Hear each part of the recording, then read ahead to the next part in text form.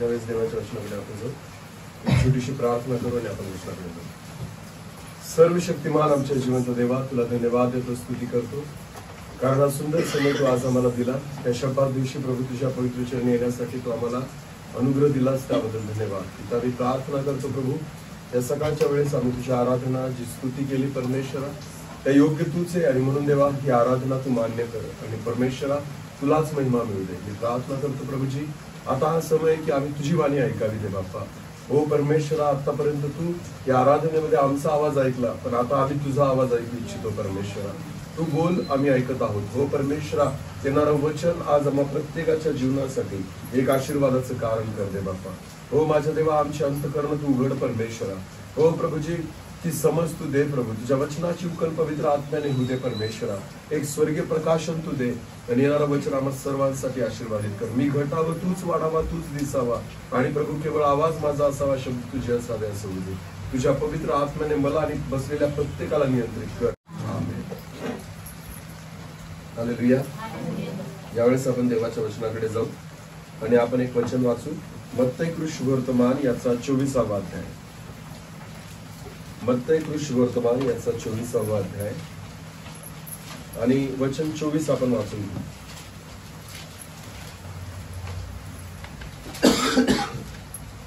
मत्तई कृष्णवर्तमान अध्याय 24 आणि वचन 24. कारण खोटे ख्रिस्त व खोटे संदेश उठतील व साधेल तर निवडलेल्यांना देखील फसवावे म्हणून मोठी चिन्हे व अद्भुते दाखवतील.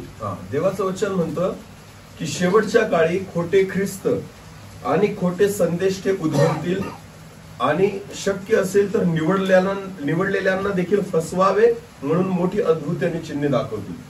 आता देवाचं वचन या ठिकाणी असं म्हणतंय की खोटे संदेश येतील बुवा, पण त्याच्यापेक्षा पुढची भयानक गोष्ट ही आहे की निवडलेल्यांना सुद्धा फसवतील असं म्हटलेलं आहे. बोलावलेल्यांना नाही, कारण बायबल म्हणतं बोलावलेले पुष्कळ आहेत, निवडलेले थोडे आहेत. तुम्हाला माहिती का, खोटे संदेश जे आहेत ना, त्यांचा उद्देश केवळ विश्वासी लोकांना फसवणं नाहीये, निवडलेल्यांना फसवणं आहे. समजतंय का? म्हणून ज्यांना वाटतं, बायबल म्हणतं की मी उभा आहे तर त्याने पडू नये म्हणून सांभाळा, वचनामध्ये लिहिलेलं आहे. म्हणजे सैतानाचा टार्गेट नामधारी विश्वासणारे नाही, सैतानाचा टार्गेट ते आहेत जे तारणासाठी निवडले गेलेले आहेत, ज्यांनी स्वतःला वाहून घेतलंय पवित्रतेसाठी. हालेलुया. आणि त्याच लोकांना सैतान टार्गेट करतो. म्हणून बायबलमध्ये स्पष्ट म्हटलंय, परत एकदा वाचू दे वचन आपण. कारण खोटे ख्रिस्त व खोटे संदेश उठतील व साधेल तर निवडलेल्यांना देखील फसवावे म्हणून मोठी चिन्हे व अद्भुते दाखवतील. म्हणजे निवडलेल्यांना फसवण्यासाठी गोष्टी पण तशाच कराव्या लागतील, नाही का? की साधारण गोष्टींनी निवडलेले फसले जाणार नाही, तर त्यांना फसवण्यासाठी सुद्धा आमिष सुद्धा तसंच दाखवावं लागेल. नीट लक्ष द्या, खोटे संदेष्टे आणि खोटे ख्रिस्त म्हटलेले आहेत. संदेष्टा जो आहे ना, आता कोणीही खोटा व्यक्ती किंवा खोटं बोलणारा सांगत नाही की मी खोटारडा आहे असं, बरोबर आहे ना? हे कोणाला ओळखावं लागतं? आपल्याला. मी खरं बोलतोय का खोटं बोलतोय हे मी थोडी सांगणार आहे तुम्हाला की मी खरा आहे खोटा आहे असं. हे तुम्हाला पारख पाहिजे. जो ऐकून राहिला ना त्याला पारख असली पाहिजे खरं काय आणि खोटं काय. मी तुम्हाला जी वस्तू विकतोय ना ती वस्तू खरीच आहे का खोटी आहे याची पारख तुम्हाला असणं गरजेचं आहे. ज्यावेळेस सोनं विकतोय ना तर ते सोनं खरं आहे का खोटं आहे हे मी पारखलं पाहिजे, कारण पैसे मी देणार आहे, मी खरेदी करणार आहे. त्याच रीतीने आज आत्मिक जीवनामध्ये पारख करण्याची योग्यता आपल्या जीवनामध्ये असणं गरजेचं आहे. आणि म्हणून खोटे संदेश उठतील, खोटे ख्रिस्त उठतील, फसवण्याचा प्रयत्न करतील. हे त्यांचं काम आहे, हे सैतानाचं काम आहे. मग आपलं काम काय? यांची पारख करणं. आपलं काम काय की खरं आणि खोटं काय हे समजून घेणं, ते ज्ञान ह्या दिवसामध्ये प्राप्त करणं हे आपलं कर्तव्य आहे. हालेलुया. आणि म्हणून परमेश्वराचं वचन म्हणतं की निवडलेल्यांना साधेल तर, तिथं शब्द आलेला आहे साधेल तर, याचा अर्थ प्रयत्न करेल तो. असं नाही की त्याला साधेलच असं, पण तो प्रयत्न तर पूर्ण करेल की जे निवडलेले आहेत ना त्यांना सुद्धा बहकावावं, त्यांना सुद्धा फसवावं. सैतान पूर्णपणे त्या गोष्टींचा प्रयत्न केल्याशिवाय राहणार नाही. आज सुद्धा आपण बघतोय ना प्रियांनो, ख्रिस्त तर एकच आहे, शिक्षण अनेक प्रकारचं आलं. ख्रिस्त तर एकच आहे, सेवा अनेक प्रकारची आपण पाहतो. ख्रिस्त तर एकच आहे, अनेक मिनिस्ट्रीज आहे. ख्रिस्त एकच आहे, अनेक सिद्धांत आपल्याला पाहायला मिळतात. मग ह्या गोष्टी का होत आहेत मला एक सांगा. जर ख्रिस्त एकच आहे ना तर शिक्षण एकच असलं पाहिजे. ख्रिस्त एकच आहे ना, मार्ग एकच असला पाहिजे. ख्रिस्त एक आहे ना, सत्य एकच असलं पाहिजे. कारण ज्या वेळेस अनेक मार्ग फुटतात ना, त्यावेळेस आपले मार्ग भटकू शकतात, आपण चुकू शकतो.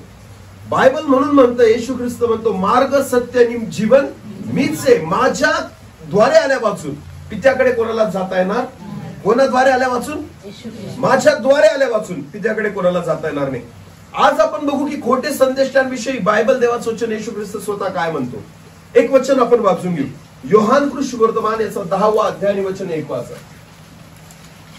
योहान सुवर्तमान याचा 10वा अध्याय आणि पहिलं वचन. मी तुम्हाला खचित खचित सांगतो, जो मेंढवाड्यात दाराने न जाता दुसरीकडून चढून जातो तो चोर व लुटारू आहे. आता नीट लक्ष द्या. पहिलं वचन इथं असं म्हणतं, येशू ख्रिस्त म्हणतो, जो मेंढवाड्यामध्ये दाराने न जाता कुठून तरी चढून जातो, लपून छपून जातो, दुसऱ्या मार्गाने जातो. पण कुठं जातो? मेंढवाड्यात. बोला, कुठं जातो? बरं, मेंढवाडा काय असेल बरं? काय वाटतं तुम्हाला? मेंढवाडा म्हणजे काय? प्रभू येशू ख्रिस्त मेंढवाडा कोणाला म्हणतोय? कोणाला? मंडळीला. बोला, कोणाला? मंडळीला. आता येशू ख्रिस्त म्हणतो की खोट्या संदेष्टांना कशा रीतीने ओळखायचं याविषयी प्रभू या ठिकाणी शिकवते. आणि म्हणून मेंढवाडा जो आहे ना, तो मेंढरांचा कळप जिथं ठेवला जातो, जिथं सुरक्षित असतो, त्या जागेला मेंढवाडा म्हटलं जातं. हालेलुया. आता मंडळी जी आहे ती येशू ख्रिस्ताचा काय आहे? मेंढवाडा. बोला, काय? आता नीट लक्ष द्या. खोट्या संदेशांविषयी काय म्हटलेलं आहे किंवा खोट्या सेवकांविषयी काय म्हटलेलं आहे? परत वाचा.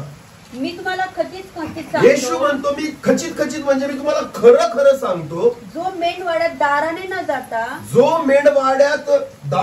जाता दुसरीकडून चढून जातो, दुसऱ्या बाजूने चढून जातो, तो चोर व तो लुटारू आहे. चोर आणि लुटारू आहे. समजते का?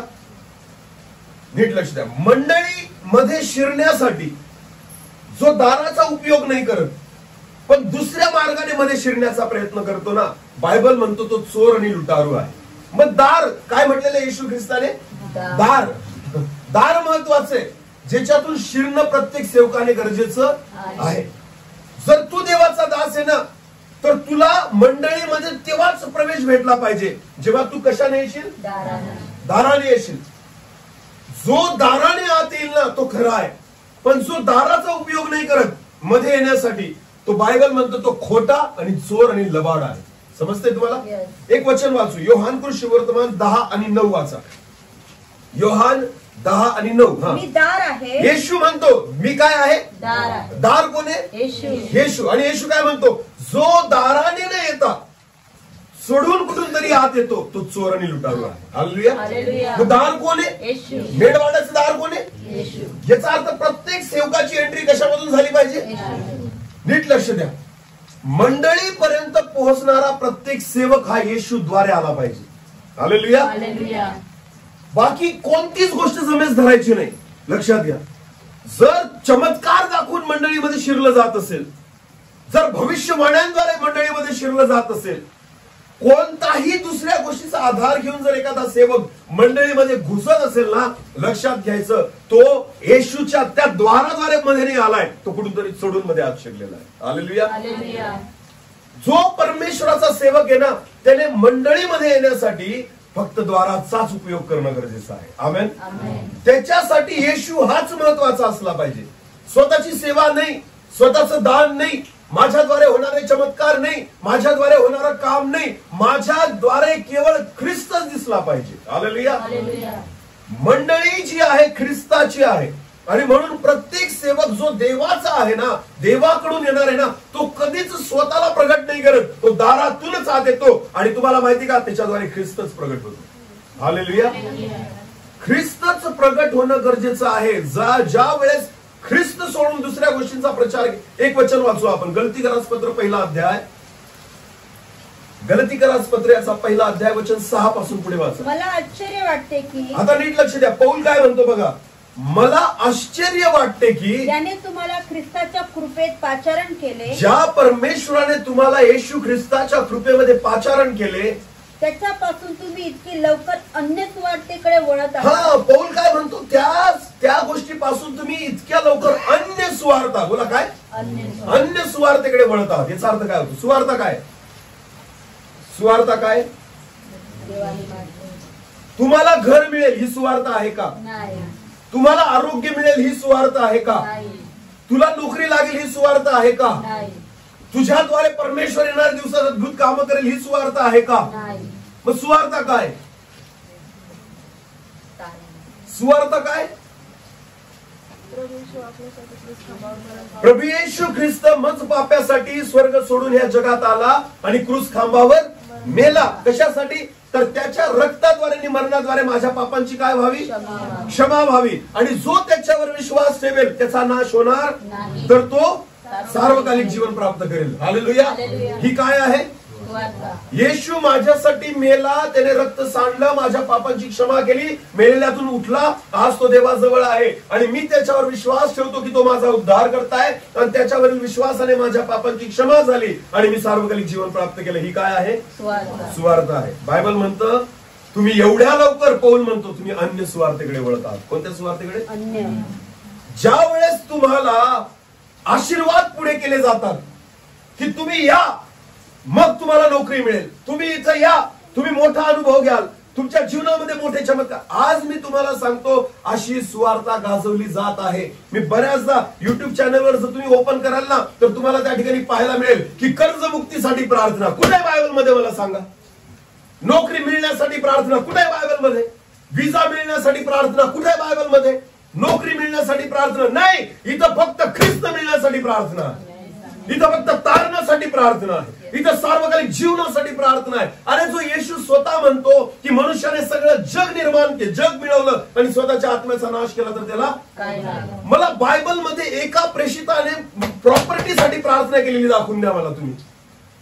जगिक आशीर्वादासाठी कुठं प्रार्थना केलेली ना, मला जुन्या करारापासून दाखवा तुम्ही की कोणता संदेष्टा हा आशीर्वादासाठी प्रार्थना करतोय, कोणता संदेष्टा अशा भविष्यवाण्या करतोय की तू कर्जापासून मुक्त होशील, कोणता संदेष्टा प्रार्थना करतोय की तुला एक मोठी नोकरी लागेल, तुझा व्यवसाय खूप मोठ्या प्रमाणे वाढेल. बिलकुल नाही. भौतिक गोष्टीसाठी देवाची इच्छा नाहीये, परमेश्वराची इच्छा. पहिले आत्मिक आशीर्वाद मिळवा. हालेलुया.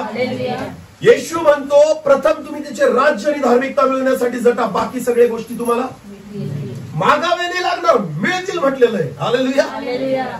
तुम्ही आणि मी आशीर्वादाचे वारीस आहोत. लक्षात घ्या, या आशीर्वादाला मागण्याची आवश्यकता नाहीये, ते परमेश्वर तुम्हाला मला देऊन टाकतो. आमेन. समजतंय का मी काय सांगतोय? या सगळ्या सृष्टीचा निर्माण करता कोण आहे?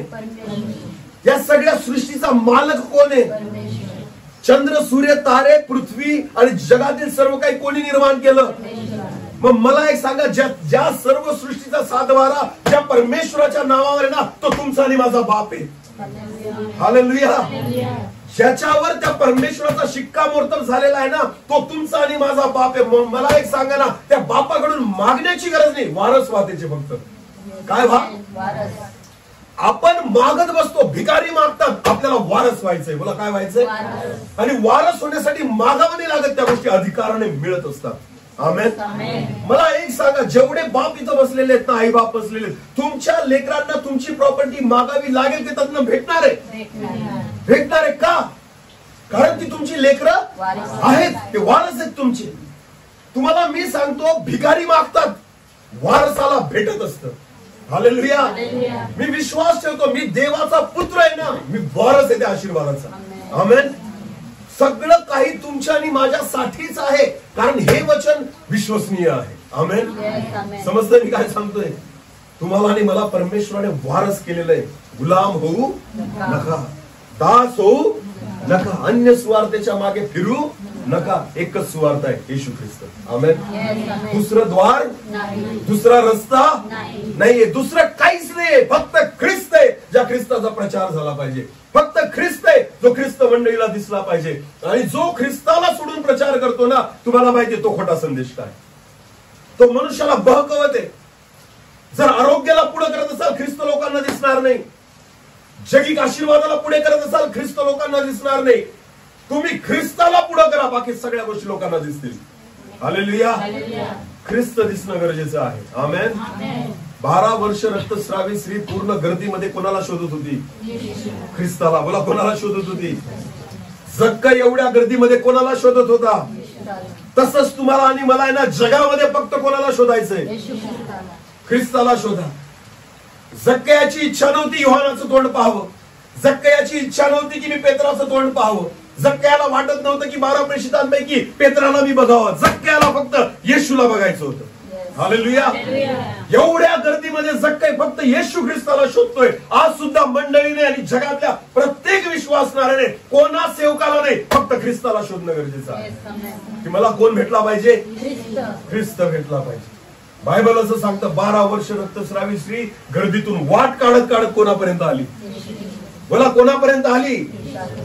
तिच्या अंगात ताकद नव्हती, तिच्या अंगामध्ये शक्ती नव्हती, तिच्या अंगामध्ये बळ नव्हतं, पण तशीच ती स्वतःला फरफडत फरफडत ख्रिस्तापर्यंत येऊन पोहोचली. आमेन. आणि बायबल म्हणते येशू ख्रिस्ताच्या वस्त्राला तिने काय केला? स्पर्श केला आणि सामर्थ्य प्राप्त झालं आणि तिला पूर्ण आरोग्य मिळालं. आमेन. आरोग्य पाहिजे ना, ख्रिस्ताला शोधा. आशीर्वाद पाहिजे ना, ख्रिस्ताला शोधा. उद्धार पाहिजे ना, ख्रिस्ताला शोधा. शांती पाहिजे ना, ख्रिस्ताला शोधा. आमेन. अरे बायबल मध्ये अनेक उदाहरणं तुम्हाला पाहायला मिळतील ना, की फक्त ख्रिस्त आहे, बाकी कोणीच नाही. गर्दीमध्ये मला फक्त येशूला शोधायचंय. आमेन. पण प्रॉब्लेम आज हा झालेला आहे ना, आज लोक पेत्राच्या मागे लागताय. कोणी योहान, मी पेत्र योहाना बाबतीत नाही म्हणते, शिष्यांच्या बाबतीत म्हणतो. हालेलुया. ही अशी सेवा आहे आज लोकांकडे. लोक आज ख्रिस्ताला नाही बघत आहे, ख्रिस्ताच्या अनुयायांना बघतायत, ख्रिस्ताच्या शिष्यांना बघतायत, ख्रिस्ताच्या प्रेषितांना बघतायत आणि आज त्यांच्या मागे जातात. बिलकुल नाही. पौल म्हणतो, तुम्ही एवढ्या लवकर अन्य सुवार्थेकडे कसे काय वळले? करिंथकरास पहिले पत्रामध्ये पौल म्हणतो, कोणी म्हणतो मी अपुल्लोसाचा, कोणी म्हणतो मी केफाचा, कोणी म्हणतो मी पौलाचा. पौल म्हणतो, केफा कोण, अपुल्लोस कोण आणि पौल कोण? एक लावणारा आहे, एक पाणी घालणारा आहे, पण जो वाढवणारा परमेश्वर आहे ना, तोच खरा आहे. आमेन. लावणारा काहीच नाही, पाणी घालणारा पण काहीच नाही, पण त्याला वाढवणारा जो आहे ना, तोच परमेश्वर आहे. आमेन. आणि पौल म्हणतो, तुम्ही त्याच्या मागे लागा. हालेलुया. मनुष्याच्या मागे लागू नका, मनुष्याचे तोंड पाहू नका, मनुष्याकडून अपेक्षा करू नका, मनुष्याला देव समजू नका, देवाचं स्थान माणसाला देऊ नका. हेच खोटे संदेश ठेवते.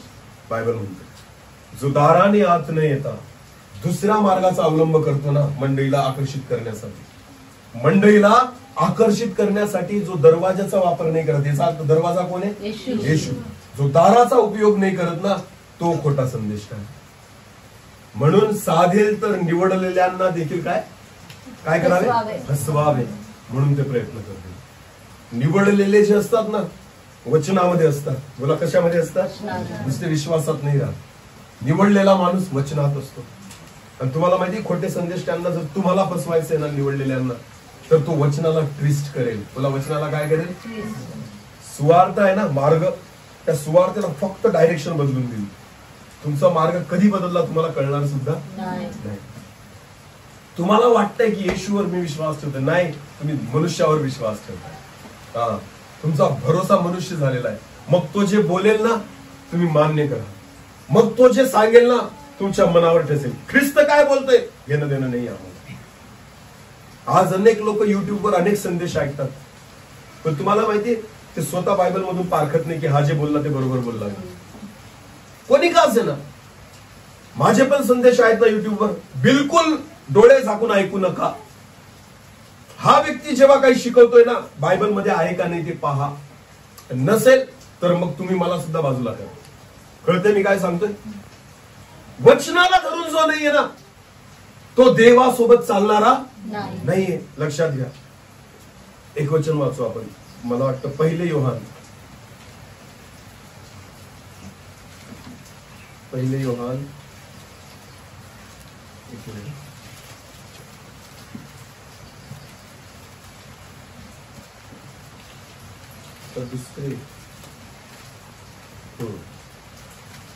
दुसरे योहान, एकच अध्याय तिथं, योहानाचे दुसरे पत्र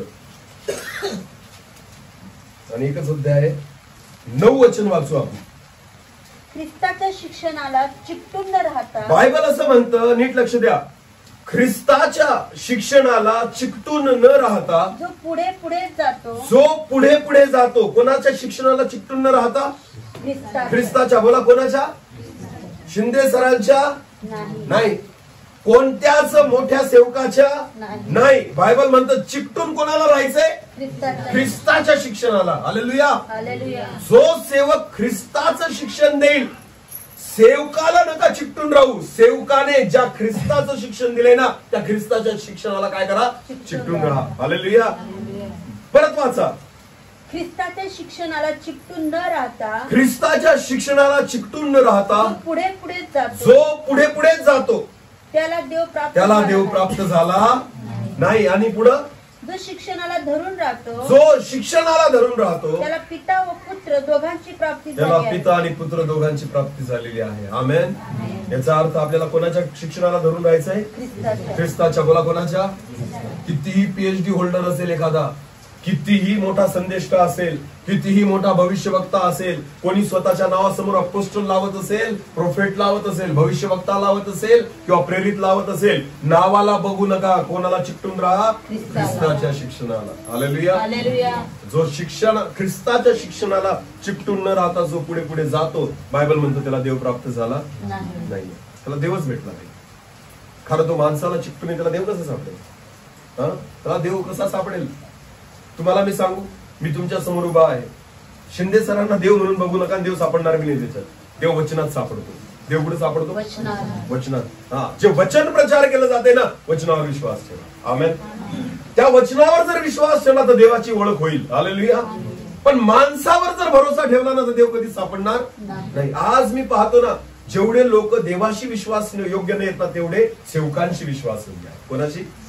हा, मी तुम्हाला सांगतो, सेवकांशी विश्वास योग्य लोक. तुम्हाला माहिती, मी तुम्हाला एक सांगू इच्छितो आज, कितीही मोठे प्रचारक असू द्या, ऐका त्यांचं वचन. जर चांगलं असेल ना, जर ख्रिस्ताचं शिक्षण असेल तर नक्की ऐका. पण एक लक्षात घ्या, जेव्हा तुमच्या घरामध्ये काहीतरी वाईट घडतं ना, तुमचाच सेवक येतो प्रार्थना करण्यासाठी. समजतंय तुम्हाला?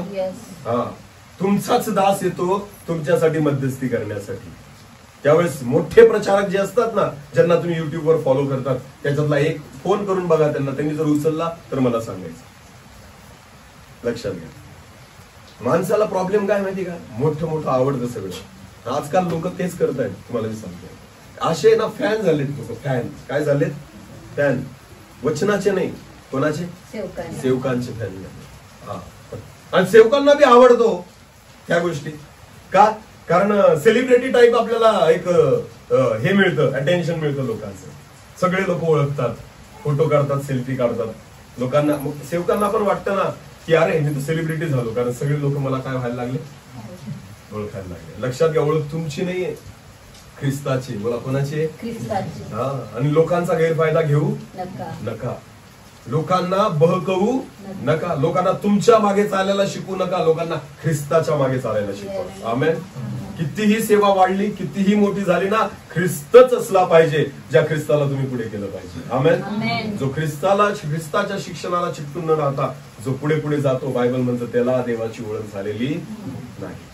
आणि जो त्या शिक्षणाला चिकटून राहतो, देवाचं वचन म्हणतं की त्याला पिता आणि पुत्र दोघांची प्राप्ती झालेली आहे. आमेन. त्यांना दोघं मिळालेले.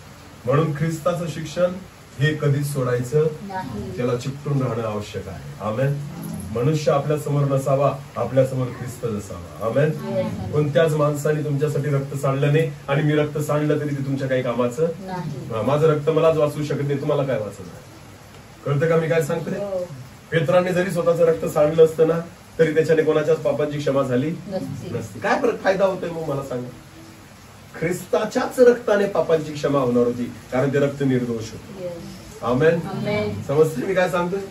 म्हणून मी सांडलं मी रक्त, तरी माझ्याद्वारे, त्या रक्ताद्वारे कोणाच्याच पापांची क्षमा होऊ शकत नाही. म्हणून ख्रिस्ताने जे रक्त सांडलेले ना, त्याच रक्ताने त्या ठिकाणी आपल्या पापांची क्षमा होती, कारण त्या रक्तामध्ये दोष नाहीये. हे रक्त पवित्र होतं, आहे आणि असणार आहे. आमेन. त्या रक्ताची तुलना कोणी करू शकत नाही. लक्षात घ्या, कोणीच त्या रक्ताची तुलना करू शकत नाही. तर त्या ख्रिस्ताला पुढे करणं गरजेचं आहे. लक्षात घ्या, खूप युट्यूबवर राहण्यापेक्षा ना, किंवा खूप सेवकांना फॉलो करण्यापेक्षा ना, ख्रिस्ताला फॉलो करा. आमेन. देवाला फॉलो करा. वचनाला फॉलो करा. परमेश्वराच्या, मी म्हणतो ना, वचन ऐका, मोबाईलवर वचन ऐका, पण जे ऐकलंय ना ते परत बायबलमध्ये शोधा. हा जो बोलतोय ना इथं ऐका. कळतंय का मी काय सांगतोय? गेल्या दिवसामध्ये मी एक मोठ्या सेवकाला, मोठ्या सांगतोय, नाव नाही घेणार का, कोणाचा असाच मी का अपमान करू, लक्षात घ्या, चांगला सेवक हे बरेच लोक फॉलो करतात त्या सेवकाला. त्या सेवकाने एक स्टेटमेंट दिलं ज्यावेळेस तो मी एक, मला क्लिप ऐकवली एका जणाने, मी ऐकली ती. तर त्यांनी असं म्हटलं, भावनेच्या भरामध्ये त्या सेवकांनी स्त्रियांबद्दल संदेश होता. कोणाबद्दल? बहिणींबद्दल संदेश होता. तर त्यांनी असं म्हटलं, बहिणींनो स्वतःला कमी समजू नका. हिंदीमध्ये प्रचार होता, मी मराठीत सांगतोय. तुम्ही स्वतःला कमी समजू नका, कारण येशूला अभिषेक करणारी एक स्त्री होती. काय म्हटलं त्यांनी? येशूला अभिषेक करणारी सुद्धा एक काय होती? स्त्री होती. माझं डोकं गणगण करायला लागलं, कुठे आहे स्त्री जिने येशूला अभिषेक केला? अरे तो पोटात असतानाच अभिषिक्त होता, त्याचा जन्मच पवित्र आत्म्याद्वारे झाला. कोणत्या स्त्रीने अभिषेक केला? त्यांचं म्हणणं काय होतं? ज्या मरियेने येशूच्या डोक्यावर तेल ओतलं ना, त्याच्याबद्दल बोलत होते ते. ज्या मरियेने सुगंधी तेल येशू ख्रिस्ताच्या डोक्यावर ओतलं ना, त्याबद्दल तो दास म्हणत होता की हे काय, येशू ख्रिस्ताला अभिषेक करणारी सुद्धा काय होती? नाही, चुकीचं शिक्षण देऊ नका. अरे तो योहान म्हणतो, तुझ्या पायतनाचे बंद सोडण्याची माझी लायकी नाही. मरिया करेल का त्याला अभिषेक? नाही. मला सांगा ना, योहान ज्याचा जन्म आत्मे, जो पोटात असताना आत्मेने भरलेला होता, तो योहान म्हणतो, प्रभू तुझ्या हातून मी बाप्तिस्मा घ्यावा. असं असताना तू म्हणतो की मी तुझ्या हातून बाप्तिस्मा, मी तुला बाप्तिस्मा देऊ? तुझ्या पाय तणाचे बंद सोडण्याची सुद्धा माझी योग्यता नाही. आणि तो सेवक म्हणतो की एका स्त्रीने येशू ख्रिस्ताला काय केला? अभिषेक केला. म्हणून स्त्रियांना स्वतःला कमी समजू, चुकीचं खोटं शिक्षण आहे. ऐकलं अनेक स्त्रियांनी. मी विश्वास ठेवतो, हजारोचे व्ह्यूज असतात त्या सेवकाला, हजारोंचे. स्त्रिया खुश ना, आम्ही कोणाला अभिषेक केला?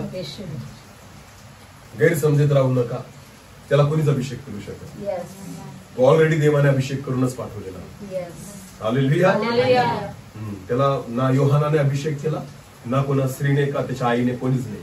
त्याला पित्याने अभिषेक केलेला. हालेलुया. आणि त्याला दुसरा कोणी अभिषेक करू शकत नाही, अभिषेक त्याचा काढू पण शकत नाही. येशूचा प्राण कोणीच घेतला नाही, त्याने दिला असं म्हटलेलं. हालेलुया. लक्षात घ्या, येशूला मारलं नाही गेलं, येशू आमच्यासाठी मेला आहे. आमेन. येशूचा जीव घेतला नाही गेला, येशूने जीव दिला आहे. हालेलुया. हा खूप मोठा फरक आहे जो जगाला अजून कळलेला नाही. ते म्हणतात तुमच्या येशूला मारला नाही गेला, नाही, त्याने मरू दिलं स्वतःला. हालेलुया. त्याचा जीव घेतला नाही गेला, त्याने स्वतः दिलाय. बायबल म्हणतं तो क्रुसावर असताना मोठ्याने ओरडला की हे बापा, मी माझा आत्मा तुझ्या हाती. तोपर्यंत जीव गेलाच नसता जोपर्यंत तो बोलला नसता. समजतंय मी काय सांगतोय? रक्त निघून गेल्याने येशू मरणार नव्हता. किती पण दिवस त्याला तसं लटकून ठेवलं असतं तरी तो मेला नसता, जोपर्यंत तो त्याच्या इच्छेने मरत नाही ना. हे बापा, मी माझा आत्मा तुझ्या हाती सोपून देतो. समजतंय मी काय सांगतो? रक्त संपलं ना येशूचं शरीरातलं, जेव्हा रक्ताचा सगळा थेंब संपून गेला, येशूने लास्ट मोमेंटला काय म्हटलं? हे बापा, मी माझा आत्मा. कारण जे अर्पण करायचं होतं ना, ते ऑलरेडी सगळं अर्पण केलं. जेव्हा त्या शिपायांनी पाहिलं, पहिल्या चोराचे पाय मोडले कारण तो मरत नव्हता, दुसऱ्याचे पाय मोडले, मरत नव्हता. येशू जवळ गेले पाय मोडायसाठी, तो ऑलरेडी मेलेला होता. बोला ऑलरेडी. येशू वाट पाहत नव्हता की केव्हा मरू. त्याला माहिती होतं बलिदान पूर्ण झालंय ना. हे बापा, मी माझा आत्मा तुझ्या हाती सोपून दे. त्याने जीव दिला, त्याचा जीव कोणी घेतला नाहीये. हालेलुया. हे फार मोठी गोष्ट आहे. आमेन. ख्रिस्त जो आहे ना, त्या ख्रिस्ताला समजून घ्या. समजते मी काय सांगतोय? ख्रिस्तासाठी आपण काहीच नाही करू शकत, तो सगळं आपल्यासाठी करतोय. आणि त्या ख्रिस्ताचे तुम्ही आणि मी अनुयायी आहोत. आमेन. लक्षात घ्या, खरा संदेश हा तोच आहे जो ख्रिस्ताच्या द्वारे आतमध्ये शिरतो, जो ख्रिस्ताचा प्रचार करतो, ज्याच्या जीवनाद्वारे फक्त आणि फक्त ख्रिस्तच जगाला दिसतो. हालेलुया. म्हणून गलतीकरास पत्रामध्ये पौल म्हणतो, एवढ्या लवकर तुम्ही अन्य सुवार्तेकडे कशी काय वळले? याचा अर्थ काय होतो? की जी सुवार्ता मी तुम्हाला सांगितली त्याच्यावर विश्वास ठेवा, त्यानुसार चालण्याचा प्रयत्न करा. आमेन. परत एकदा ना, हे दुसरे योहान जे आपण वाचलं ना, ते वचन परत वाचा. ख्रिस्ताच्या शिक्षणाला चिकटून न राहता हा. जो पुढे पुढे जातो, जो पुढे पुढे जातो त्याला देव प्राप्त झाला त्याला नाही. देव प्राप्त जो झाला नाही. शिक्षणाला धरून राहतो आणि जो शिक्षणाला त्याला धरून पिता व पुत्र दोघांची प्राप्ती हा, आता झाली. बायबल म्हणतो त्याला पिता आणि पुत्र दोघांची प्राप्ती झाली. आता पुढचं वचन वाचा. हे शिक्षण न देणारा आता नीट लक्ष द्या. बायबल काय म्हणतं? हे शिक्षण न देणारा कोणी तुमच्याकडे आला तर कोणी तुमच्याकडे आला तर त्याला घरात घेऊ नका. त्याला घरात घेऊ नका बोला, त्याला घरात घेऊ नका. नका. कोणाबद्दल म्हटले? खोटे. जो ख्रिस्ताला प्रगट करत नाही त्याला घरात घेऊ नका त्याला चहा पाणी विचारू नका त्याला काहीच तुम्हाला माहिती त्याला संधी देऊ नका. नका. घरात घेऊ नका. मोबाईल मध्ये घेऊन फिरतायत, खिशात घेऊन फिरतायत ना, लक्षात घ्या. बायबल म्हणते त्याला घरात घेऊ नका. हे मी नाही म्हणत, हे प्रभू म्हणतो. आमेन. देवाला आहे ना त्याच्या वचनाच्या बाहेर जाऊन काहीच केलेलं आवडत नाही. लक्षात घ्या. हा, नाही ना प्रभू, आम्ही तर त्यांचा मान केला ना, तुझा दास म्हणून आम्ही त्यांचा सन्मान केला. प्रभू म्हणतो नाही, चुकीच्या गोष्टीने चुकीच्या व्यक्तीचा अजिबात सन्मान करायचा नाही. कळते का? हा, लक्षात घ्या. ज्याचा द्वेष करायचा ना त्याचा द्वेष केलाच पाहिजे, आणि ज्याच्यावर प्रेम करायचं त्याच्यावर प्रेम केलंच पाहिजे. हा, लक्षात घ्या. पाप्यांवर प्रेम करा, पापावर नाही. कळते का? कशावर प्रेम करा? पाप्यांवर. येशू ख्रिस्ताने पण केलं. पापावर केलं का? नाही. हे आपल्याला कळत नाही बऱ्याचदा. आपण पापावर बी प्रेम करायला लागतो. मग त्याच्यामुळे का? की प्रभूने शिकवलंय. नाही, त्याने पाप्यावर प्रेम करायला शिकवलं. हालेलुया. कळते का मी काय सांगतोय? हा, हे देवाचं वचन आहे. आमेन. लक्षात घ्या. आपल्याला ख्रिस्त कळणं गरजेचं आहे. आपल्याला देवाची इच्छा कळणं गरजेचं आहे. देवाचे मार्ग आपल्याला कळणं गरजेचं आहे, आणि त्यानुसार आपण चालणं गरजेचं आहे. शेवटचे दिवस आहेत. आमेन. आणि या शेवटच्या काळामध्ये खोटे ख्रिस्त आणि खोटे संदेष्ट उठतील आणि साधेल तर निवडलेल्यांना देखील फसवावं म्हणून प्रयत्न करतील. अद्भुत चिन्ह चमत्कार दाखवतील, असं देवाचं वचन म्हणतं. एकीकडे जर वचनाचा प्रचार असेल आणि एकीकडे चमत्कार असतील ना, गर्दी इकडेच असते. का? कारण हा चमत्कार दाखवतोय, ख्रिस्ताला दाखवत, पण तो ख्रिस्त दाखवतोय. तो पाहायला कोणाला इच्छा नाहीये. लक्षात घ्या. पण फायदा त्याच्यानेच होणार आहे जो ख्रिस्ताला प्रगट करतोय. जो नुसतं चिन्ह चमत्कारांना प्रगट करतोय. अनेक सेवक म्हणतात हो तोंडाने, मी भविष्यवाणी करतो. काय करतो? तुला कोणी तू कसं काय भविष्यवाणी करू शकतो? भविष्यवाणी करणारा एकच आहे. तुम्हाला माहिती, भविष्यवाणी वेगळी करण्याची गरज नाही. उत्पत्ती ते प्रगटीकरण भविष्यवाणीच आहे. याच्या बाहेर देव बी भविष्यवाणी करत नाही. समजतंय का मी काय सांगतोय? या बायबलच्या बाहेर राहून परमेश्वर कोणतीच भविष्यवाणी करणार नाही. मग मला डाऊट आहे त्या भविष्यवाण्यांवर, ज्या भविष्यवाण्या केवळ पैशाचा आशीर्वाद सांगतात. कारण प्रभू जर म्हणतो की मनुष्याने सगळं जग मिळवलं आणि स्वतःच्या जीवाचा नाश केला तर त्याला काय लाभ? जर हे देवाचं वचन आहे, प्रभूचं वचन आहे, तर तो अशी भविष्यवाणी का करेल की जी मनुष्याला देवाजवळ आणि देवापासून दूर घेऊन जाईल? लक्षात येतंय का? जो येशू ख्रिस्ताने भविष्यवाणी केलेली आहे की प्रथम तुम्ही त्याचे राज्य आणि त्याची धार्मिकता मिळवण्यासाठी झटा, सगळ्या गोष्टी तुम्हाला. ही कोणाची भविष्यवाणी आहे? येशूची. मग तो त्याच्या स्वतःच्या भविष्यवाणीच्या विरोधात कशी करेल की बिना धार्मिकता, बिना राज्य, बिना पवित्रता तुम्हाला हे आशीर्वाद मिळतील? ही भविष्यवाणी देवाकडून आहे का माणसाकडून आहे? प्रभू अलग टाकतो, पहिले त्याची धार्मिकता आणि राज्य, मग तुम्हाला आशीर्वाद. समजते? ही कोणाची भविष्यवाणी आहे? येशूची. कोणाची? मग जे संदेश म्हणतात काही गरज नाही धार्मिकतेची, काही गरज नाही उद्धाराची. मी अशा लोकांबद्दल भविष्यवाण्या ऐकलेल्या आहेत जे ऑलरेडी पापात जगतायत. आणि भविष्यवक्ता म्हणतात मला तुझ्याबद्दल देव दाखवते, येणाऱ्या दिवसात परमेश्वर तुला अजून आशीर्वाद. कशा मरायला? तो आताच पापात चाललाय नरकात, आणि कशाला आशीर्वादित करेल त्याला प्रभू? हाय त्याच्यातच मातलेला आहे तो.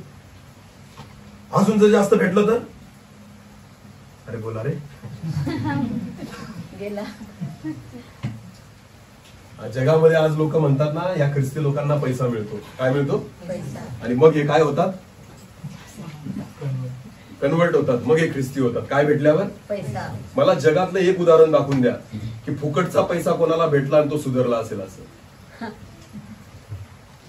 ज्याला फुकटचा पैसा भेटतो तो सुधारतो का बिघडतो? खरं सांगा. बिघडतो. ज्याला हरामाचा, ज्याला आपण म्हणतो ना, ज्याला हरामाचा पैसा भेटतो तो सुधारतो का बिघडतो? बिघडतो. ज्यांनी 2 नंबरच्या कमाया केल्या त्यांचे लेकरं काय करतात ते बघा. आज ज्यांनी हरामाचे पैसे कमवलेले आहेत ना या देशामध्ये, आज त्यांची पिढी कशी चालली बर्बाद होऊन. मला ते सांगा, का माहिती का? त्यांच्या लेकरांनी कष्ट केलेले सगळा हरामाचा याचा त्याचा पैसा त्यांनी गोळा केलेला ना. लोक त्यांचे लेकर ना लाखो गंती पैसे ना दारूमध्ये आणि घाण व्यसनांमध्ये, व्यभिचारामध्ये आणि जगातल्या पापामध्ये उडतात. का? फुकटचा पैसा माणसाला बदलत नाही, माणसाला बिघडवतो. बोला काय करतो?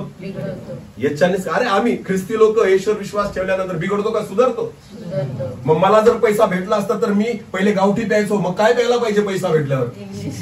अरे बोला, अरे बोला ना, इंग्लिश. कारण भेटला काय आता? मग पैसा भेटल्याने माणूस सुधारायला पाहिजे का बिघडायला पाहिजे? बिघडायला ना. मग आम्ही कशी काय सुधारलो? हालेलुया. त्या पैशाचा मला उपयोगच काय? मग एखाद्या दारुड्याला म्हणा मी तुला पैसा देतो पण दारू प्यायची, ऐकेल तो तुमचं? तो ऐकेल का तुमचं? तो काय म्हणेल? हा हा हा मी पिणार. तुमची जशी पाठ फिरली ना, आतापर्यंत गावठीच्या अंड्यावर जायचा, आता डायरेक्ट कुठे घुसल? बिअर बार मध्ये. काय भेटला? समजतंय ना? पैसा सगळ्या वाईटाचं काय मूळ आहे, बायबल म्हणतं. आमेन. तर ख्रिस्ती लोकांना पैसा देऊन कसे काय सुधारवतील लोक? अरे पैसा बिघडवण्याचं काम करतो. जे आज बिघडलेत ना, तुम्हाला माहितीये का? आज तुम्ही आजची तरुण पिढी बघा, जी यांच्या मागे चाललेली ना, ती पिऊन चाललेली आहे. त्यांचे तोंड बघा रंगवलेले. ते गांजेच्या व्यसनामध्ये, ते तंबाखूच्या व्यसनामध्ये, ते सिगरेट. का? कारण हा फुकटचा पैसा आहे जो त्यांना भेटतो. सगळ्या तरुण पिढीला नाशाकडे घेऊन चाललेले हे लोक आहेत. नासवतायत, ही सगळी पिढी नासवतायत हे लोक. का? फुकटचा पैसा या तरुणांना देत आहे. मी तुम्हाला सांगतो, ज्यावेळेस या तरुणांचे डोळे उघडतील ना, त्यावेळेस त्यांना फक्त भीक मागावी लागेल. काहीच नाही राहणार. चोऱ्या माऱ्या करतील, दुसऱ्यांचे घर लुटतील. का? कारण सगळ्या पिढीला बर्बाद करतायत हे लोक फुकटचा पैसा देऊन. फुकटचा पैसा माणसाला कधी सुधरवत नाही, बिघडवतो.